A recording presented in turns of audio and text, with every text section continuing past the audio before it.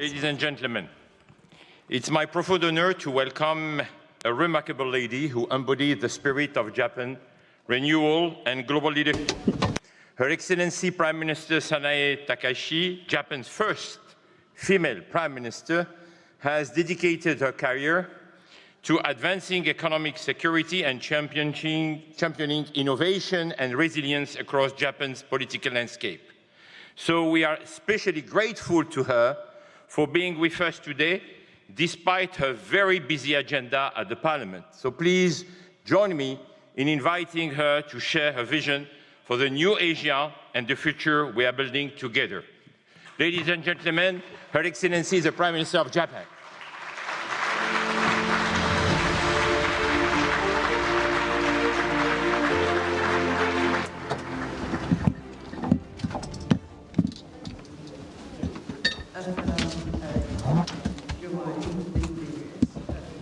Good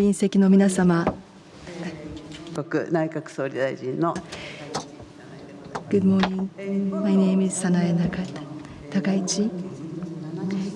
We are celebrating the 70th anniversary of the establishment of diplomatic relations between Japan and Saudi Arabia.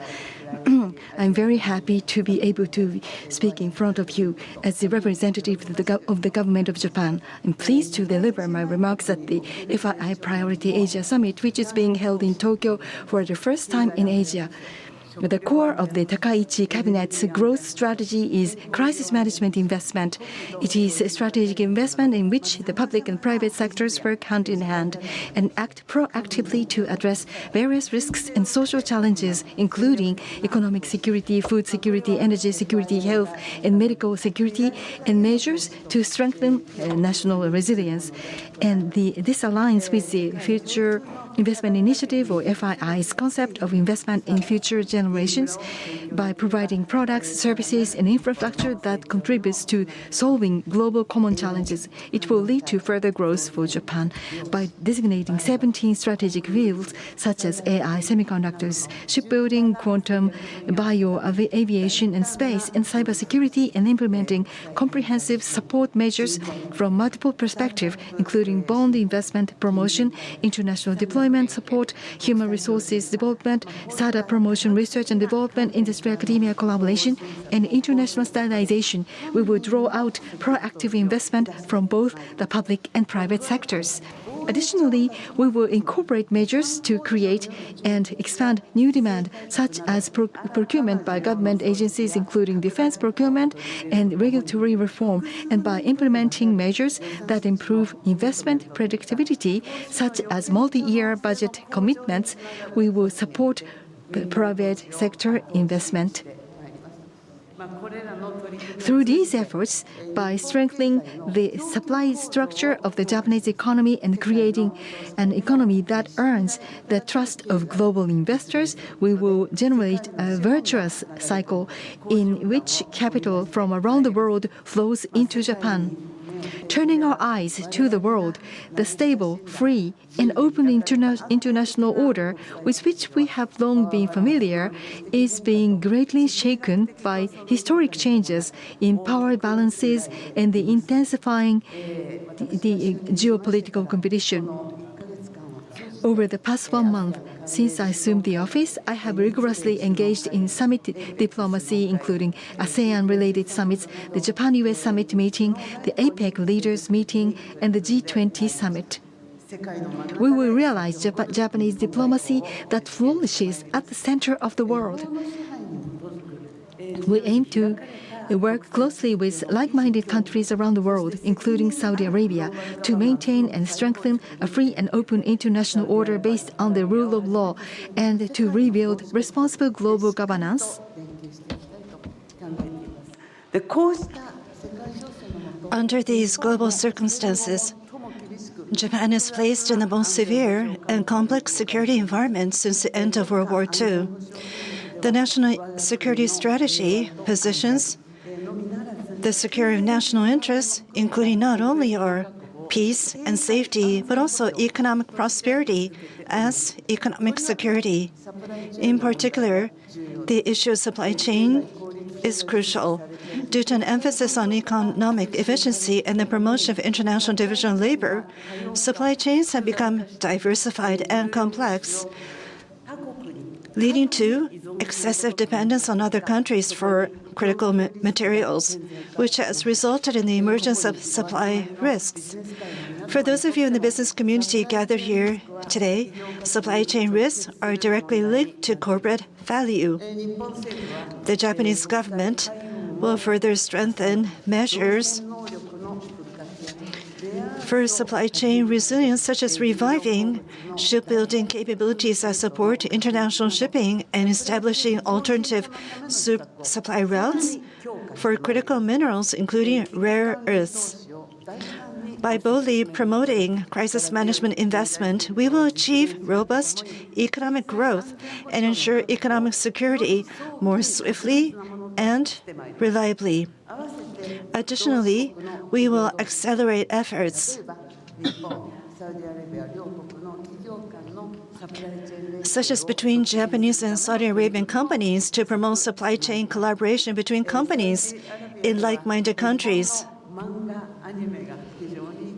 I have heard that Japanese manga and anime are very popular in Saudi Arabia. There are titles like Captain Tsubasa, One Piece, and Demon Slayer, but today I would like to conclude my speech by borrowing a famous line from Attack on Titan. And invest everything in me. Everyone, I believe you understand what I'm asking for. Invest in Japan. Japan is back. Invest in Japan. Thank you very much for your kind attention.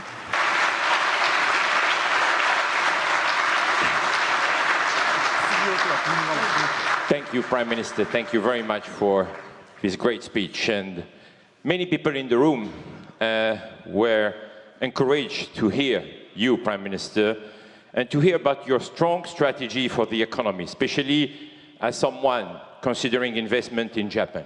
However, Prime Minister, there are still concerns in the market regarding what they call the Takaichi administration's active fiscal policy. Could you please, Prime Minister, share your thoughts on this? Yes, thank you. まず日本の財政の現状について認識を First, I will explain my understanding of the current state of Japan's public finances. It should not be evaluated that excessive inflation is leading to a substantial reduction in real debt. Rather, nominal growth is recovering due to sustained growth in wages and productivity, and tax revenues has reached a record high, and supported by the current account surpluses and a strong domestic savings base, the debt-to-GDP ratio is declining. The comprehensive economic measures to achieve a strong economy build upon these improving trends, and while prioritizing crisis management and growth investment, they also ensure that the total annual issuance of government bonds, combining the initial budget and the supplementary budget, will be reduced from last year. Going forward, we will continue fiscal management while paying close attention to interest rate trends and other factors. Thus, under the concept of responsible active fiscal policy, the Takaichi administration intends to raise both Japan's economic growth potential and domestic and international confidence in Japan's public finance by conducting strategic fiscal spending to realize a strong economy while steadily improving debt indicators. Thank you, Prime Minister. My second and last question, because I know you have to run. Given the current situations where investment and real wage growth are not sufficient, despite the strong performance of Japanese companies, how do you plan to address this issue, Prime Minister? 企業がですね For companies to achieve sustainable growth, it is important to utilize management resources such as cash and deposit. For investment in human resources, new businesses and research and development. To this end, we have begun discussions aimed at revising the corporate governance code. While engaging in solid dialogue with investors, we will advance corporate governance reform to realize a strong economy. Additionally, last week, we held discussions with labor and management to ensure that wage increases, which have reached a high level of over 5% for the first time in over 30 years, are firmly established. We have requested the business community's cooperation in achieving wage increases at levels comparable to those of the previous 2 years, particularly in order to ensure base pay increases that outpace inflation. Further, regarding work style reform, I have instructed the Ministry of Health, Labor and Welfare and other relevant ministries to consider relaxing labor time regulations based on the premise of maintaining mental and physical health and the choices of workers. In this way, the Takaichi cabinet believes that the government's role is to create an environment that allows for continuous wage increases without simply passing the responsibility onto businesses in order to achieve wage increases that exceed inflation. We will strongly promote the necessary measures. Ladies and gentlemen, please, a big thank you and a round of applause for His Excellency, the Prime Minister of Japan. Thank you.